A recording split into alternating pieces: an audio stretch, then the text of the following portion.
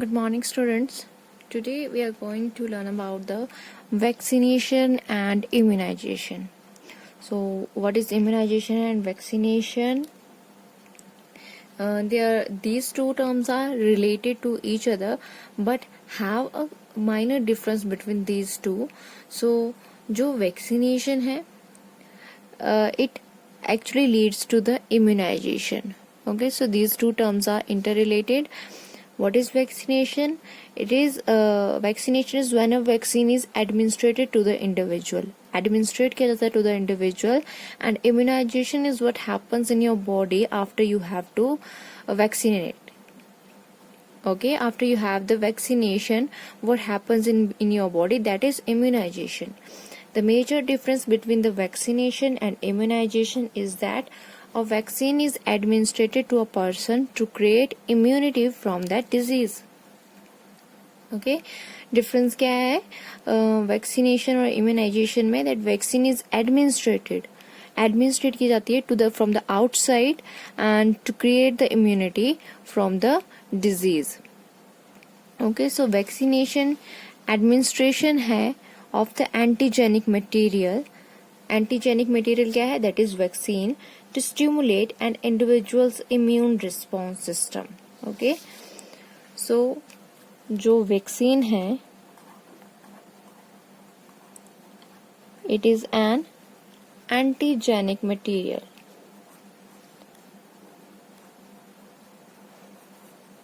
Antigenic material. Okay, to stimulate an individual's immune system. क्या stimulate करना है? Immune system.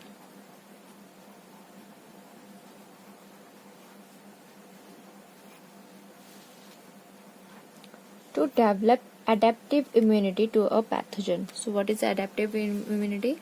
That immunity is actually acquired.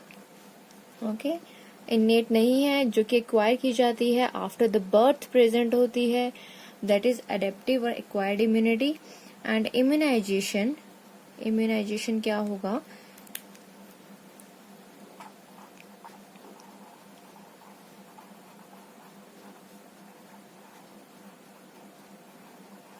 Immunization is the process whereby a person is made immune or resistant to an infection. Okay, so infection के लिए resist किया जाता है body को, और इन्फेक्शियस डिजीज के लिए रेजिस्टेंट पैदा की जाती है, typically by the administration of the disease process. इसमें क्या होता है? Resistant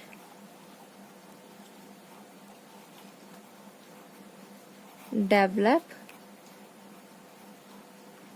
by the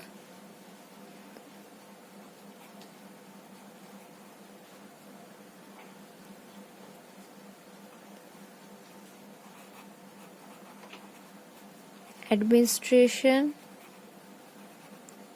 of disease.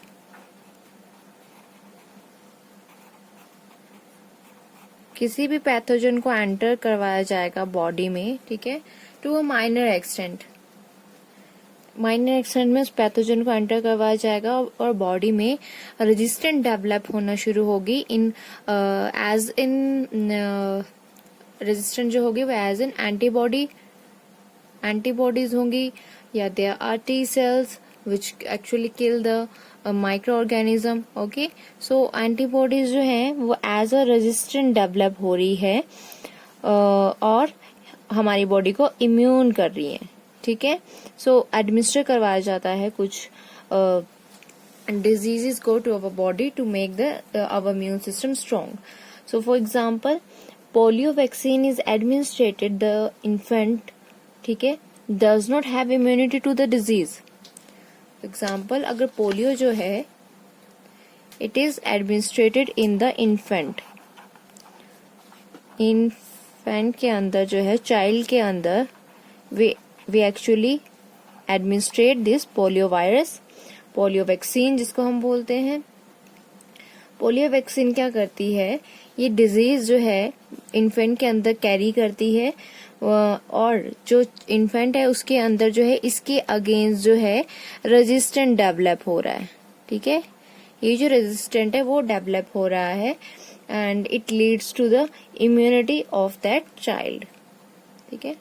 So this is immunization and vaccination. These two are different terms, however they are interrelated with each other. So next thing is about allergy. Next we are going to talk about allergy. So before that there are something, ये जो मैंने immune system और vaccination जो है जो term करवाई, सो जो ये वैक्सीन हो गई, यहाँ पे मैं एक चीज बताना भूल गई, they also generate memory B cells. So जब मैंने बताया कि पोलियो जो है that actually entered in the infant and it actually brings about the immunization, okay, immune हो गया, इन्फेंट जो है वो इम्यून हो गया। अब क्या होगा, when the virus of the polio from the outside, this one is polio virus which actually enter into the this infant, ठीक है। इस चाइल्ड के अंदर अगर ये पोलियो वायरस जो है फिर से जो अटैक कर रहा है, यहाँ पर हमने खुद एडमिनिस्टर करवाया, ओके, यहाँ पे एडमिनिस्टर करवाया और यहाँ पर जो है फ्रॉम द आउटसाइड एनवायरनमेंट उस चाइल्ड के अंदर एंटर कर रहा है, ठीक है। एंटर कर रहा है, तब क्या होगा, इस पोलियो के अगेंस्ट जो है पहले से इम्यून हो चुका है, जो ये चाइल्ड है वो पहले से इम्यून हो चुका है। सो अब जब ये पोलियो वायरस एंटर करेगा, it can not effect the, जब भी ये एंटर करेगा तो इसके अगेंस्ट जो है एंटीबॉडीज बन चुकी है पहले से, जो कि रजिस्ट करेगी इसको आगे जाने से, ठीक है। यहाँ पर जो है रेजिस्टेंट डेवलप हो चुकी है, एंटीबॉडीज बन चुकी है पोलियो वायरस के अगेंस्ट। तो पोलियो अगर आउटसाइड द एनवायरनमेंट जो है आएगा, तो ये जब भी आएगा तो there are antibodies develop by this vaccination. So अब जो है पोलियो जो है वो वायरस जो है वो अटैक नहीं कर पाएगा बॉडी में। अब ये कैसे होता है, so because of the memory cells, there are memory sales,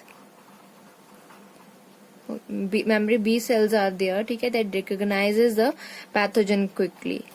मैंने आपको पहले बताया B cells हैं, T cells हैं, that has actually some memories। तो अब इस memory cells की वजह से जब पैथोजन जो है पहले अटैक कर रहा था, ठीक है, जब इसने अटैक किया था इस बॉडी पे, तो यहाँ पे मेमोरी पहले ही डेवलप हो चुकी थी। अब जब सेकेंड टाइम यही वायरस एंटर कर रहा है, सेम वायरस जो है वो एंटर कर रहा है, तो मेमोरी सेल जो है वो रिकॉग्नाइज करते हैं इस पैथोजन को और डायरेक्ट अटैक करते हैं, okay. So if a person is infected with some deadly microbes, अगर हम बात करें कि जो डेडली माइक्रोब्स है वो अटैक कर रहा है किसी भी बॉडी पे, there are some deadly microbes which enter the body,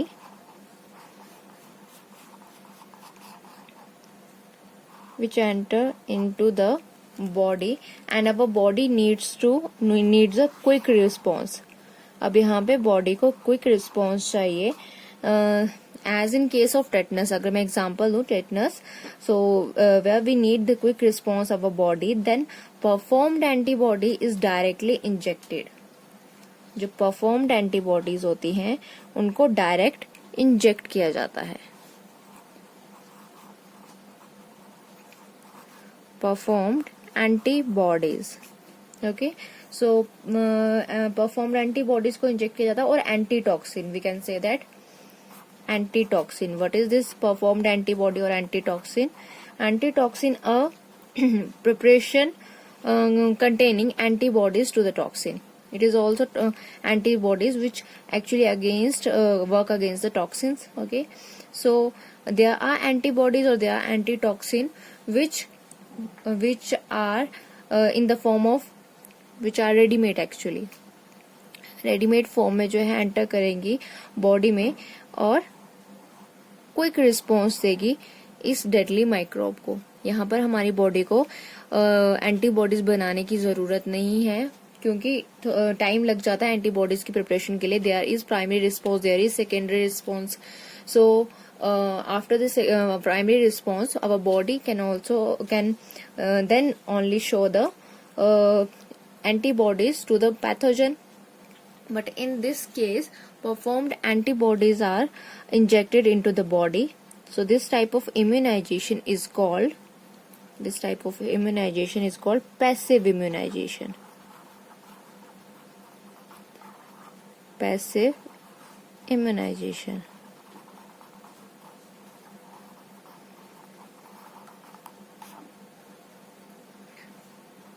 इस पूरे के पूरे केस में यहाँ पे हमारी बॉडी जो है वो खुद एंटीबॉडीज तैयार कर रही है। Okay, so in the second case, there are microbes which needs a primary response by the body and which has to be effective, which has to be quick, because these are the deadly microbes which can attack our body and have some effect our body, harmful है हमारी body के लिए. So we need a quick response which is only be performed by the created by the this performed antibodies. ये क्या करेंगी? quick response show करेंगी. Okay, so this type of immunization is called passive immunization. Second thing is allergy.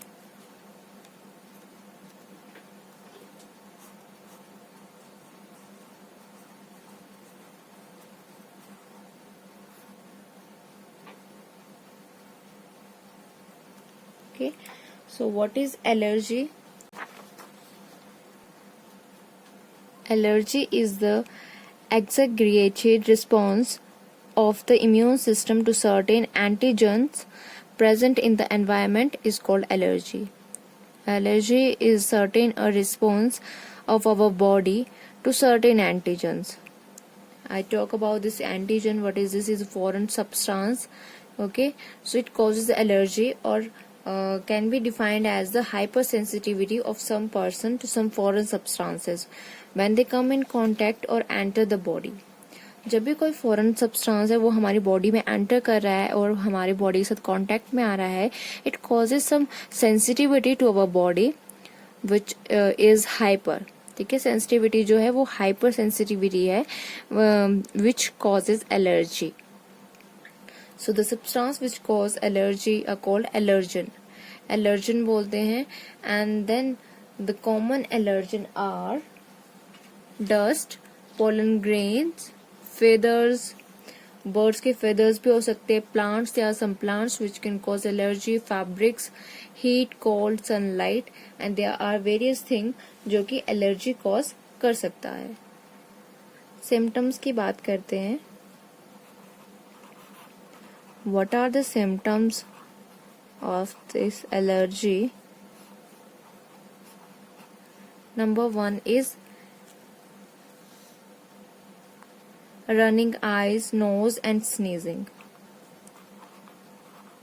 Running eyes, nose and sneezing. Second one is irritation होगी upper respiratory tract में, so there is difficulty in breathing.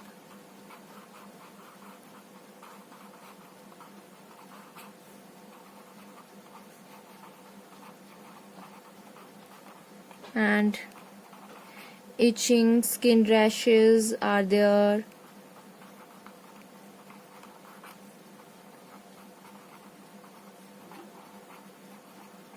और inflammation हो जाएगी हमारी mucus membrane में.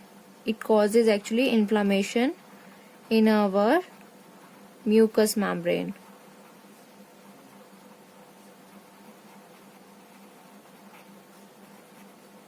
जो कि respiratory tract को कवर करती है, डाइजेस्टिव ट्रैक को कवर करती है, यूरिनोजेनिटल ट्रैक को कवर करती है.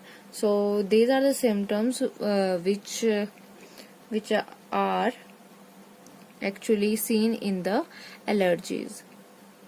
कॉज क्या है इस एलर्जी का? So the cause is actually it is the result of the improper immune mechanism, ठीक है। सो इम्प्रॉपर मैकेनिज्म जो है, improper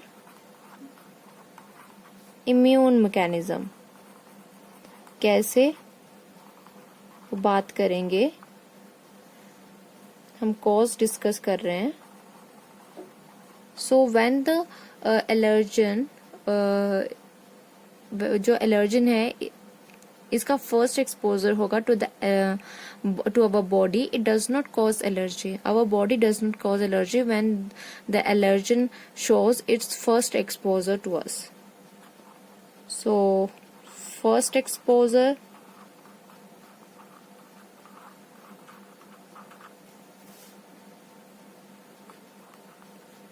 does not cause allergy,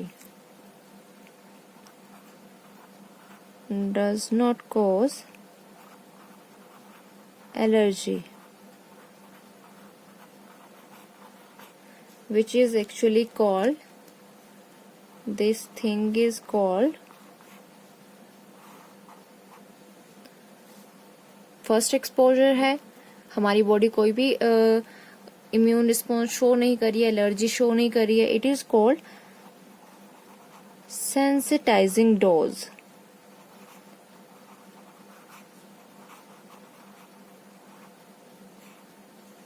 so on the next exposure to allergen, हमारी बॉडी जब नेक्स्ट एक्सपोजर शो हो रहा है allergen का, the body show secondary immune response called allergy, this is called shocking dose. So second response, second exposure है,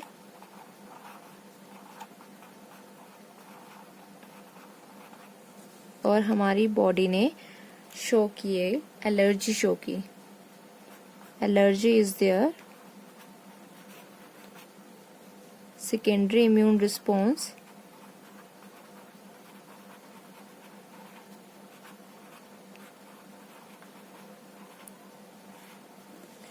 so this one is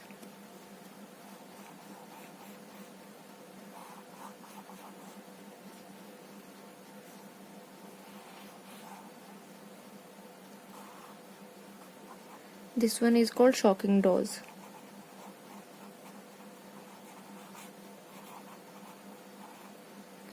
So the antibodies to allergen join the receptor on the mast cells and basophils, and the allergen combined with the antibody which bound to the mast cells and basophils. ये complex बना देगी। क्या होगा, जो antibodies हैं, for example this one is antibody, okay, so this one is antibody. Antibody क्या करेगी, जो भी एलर्जन है, ये आ गया एलर्जन, ठीक है, for example this one is allergen, ये एंटर कर रहा है बॉडी में, और एंटीबॉडीज जो है हमेशा की तरह अटैक करती हैं, ठीक है। एंटीबॉडीज जो है वो कंबाइन होगी, एंटीबॉडी एंटीजन एंटीबॉडी कॉम्प्लेक्स बन गया यहाँ पे, एंटीजन एंटीबॉडी कॉम्प्लेक्स। अब क्या होगा, ये कंबाइन कर जाएगी मास्ट सेल्स के साथ एंड बेसोफिल्स। मास्ट सेल्स भी क्या करते हैं, अटैक करते हैं बॉडी पे, ठीक है। मास्ट सेल्स तो यहाँ पर अटैच हो जाएगा ये कॉम्प्लेक्स,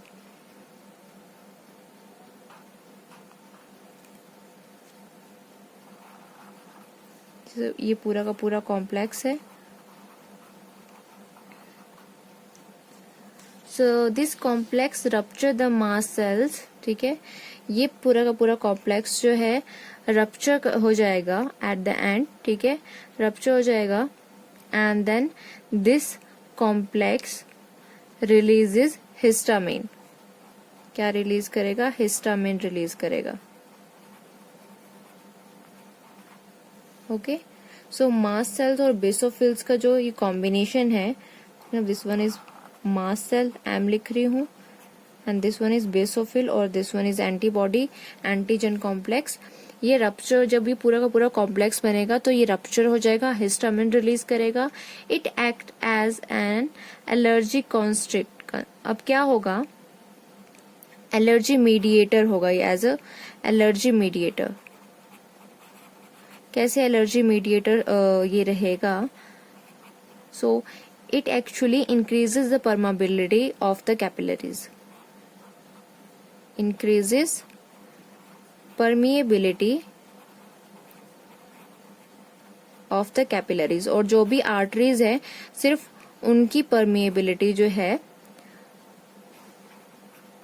ज्यादा करेगा। क्या होगा, permeability ज्यादा होने से क्या होगा कि जो ब्लड है वो ज्यादा फ्लो करना शुरू हो जाएगा। ठीक है, तो जो आर्टरीज हैं, जो आर्टरीज हैं दे आर वाइडन अप।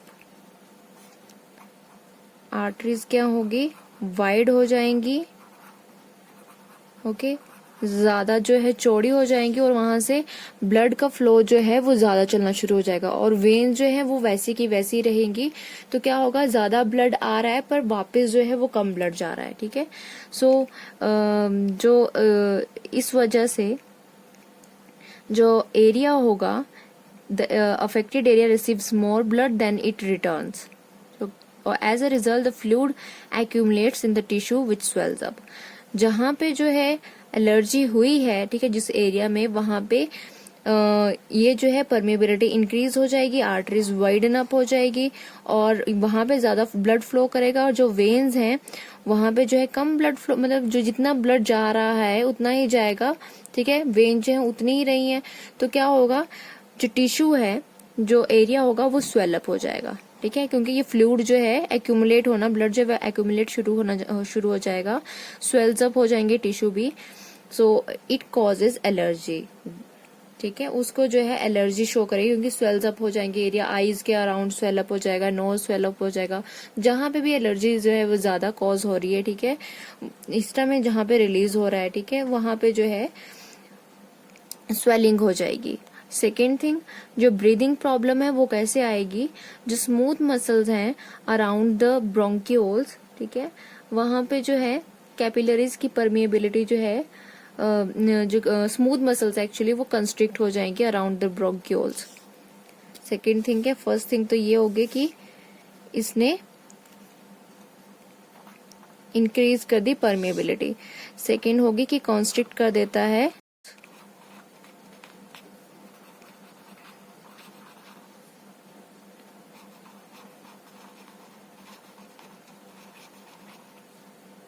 ठीक है, अराउंड द ब्रोंकियोल्स के अराउंड जो स्मूथ मसल्स कंस्ट्रिक्ट हो जा रही हैं, which can cause breathing problem.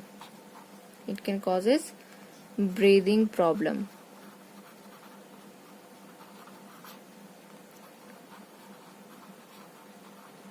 और आर्टरीज अगर वाइड अप हो जा रही है तो स्वेल अप हो जाएगा area. Okay, so this is how allergy can be caused. ये एंटीजन एंटीबॉडी कॉम्प्लेक्स, ठीक है, मास्ट सेल, बेसोफिल्स, इनका जो है कॉम्प्लेक्स, जो इस कॉम्प्लेक्स के साथ अटैच हो रहा है, ये दोनों जो है अटैच होते हैं इस कॉम्प्लेक्स के साथ। हिस्टामिन रिलीज होता है। हिस्टामिन जो है एलर्जी मीडिएटर है, जो कि दो काम करता है, इंक्रीज करता है परमिएबिलिटी ऑफ द कैपिलरीज को, सेकेंड कंस्ट्रिक्ट करता है स्मूथ मसल्स को, ब्रोंकियोल्स को, around the bronchioles. It causes breathing problem. यहाँ आर्टरीज वाइड हो गई, ब्लड फ्लो ज्यादा हो रहा है, फ्लूइड इकट्ठा हो रहा है और स्वेल अप हो जाता है एरिया। ठीक है, सो जो एलर्जी है it is of 3 type. First one is hay fever,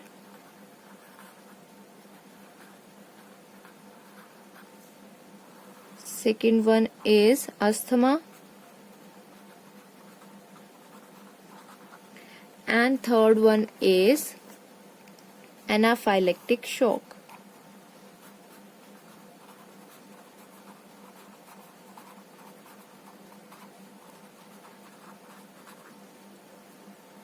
hey fever जो है it is actually due to the pollen grains. जो पोलन ग्रेन्स होते हैं जिम्नोस्पर्म्स के मोस्टली एनिमोफिली के थ्रू जो है, थ्रू विंड पॉलिनेशन, बहुत सारे पोलन ग्रेन जो हैं वो इन द सराउंडिंग इकट्ठे हो जाते हैं, जो कि एयर पॉल्यूशन कॉज करते हैं। और due to this pollen grains air pollution, ठीक है, it can causes allergy to very persons, ठीक है, बहुत सारे इंडिविजुअल को इससे एलर्जी हो सकती है। So it resulted in the swollen areas, redness हो जाएगी, running eyes and nose, okay, क्योंकि ये अफेक्ट कर रहे हैं म्यूकस मेम्ब्रेन को, most of the mucus membrane effect हो रही है इससे, and this condition is called hay fever. और एंटी हिस्टामिन पिल दी जाती है in case of this hay fever, ताकि इससे रिलीफ मिल सके। अस्थमा जो है, the tissue surrounding the respiratory tract और respiratory tube swells up and compress the tube, hence there is difficulty in breathing, okay, so breathing में difficulty आ जाएगी। यहाँ पे antihistamine drug दी जाती है also to such patients which have asthma, क्योंकि जो respiratory tube है वो swell up हो जाती है due to various reason। और third anaphylactic shock है when the allergic reaction occur in all the tissue, allergic reaction जो है वो सब के सब टिश्यूज में हो रही है, यहाँ पे जो है कुछ एक एरियाज में हो रही है, रेस्पिरेटरी ट्रैक में हो रही है, या फिर just running nose, running eyes और स्वॉलन एरियाज ही देखने को मिल रहे हैं, ठीक है। But in this case all tissues have allergic reaction in the body which is called anaphylactic shock, and such reactions are very serious that affect the person, and the person may become unconscious, individual may die with this, and within the short period of time we can say that by this anaphylactic shock. This is very dangerous. So this is all about the allergy. So today we learn about the immunization, vaccination, the difference between these two. They are interrelated to each other, however they have a minor difference between them. Then allergy, what is allergy, definition, what is allergen, symptoms क्या रहते हैं, then what is sensitizing dose, what is shocking dose, and how this complex can create such type of allergy, ठीक है, how this complex can attack on the body, and then there is 3 subtypes of the allergy: hay fever, asthma and anaphylactic shock. Thank you so much.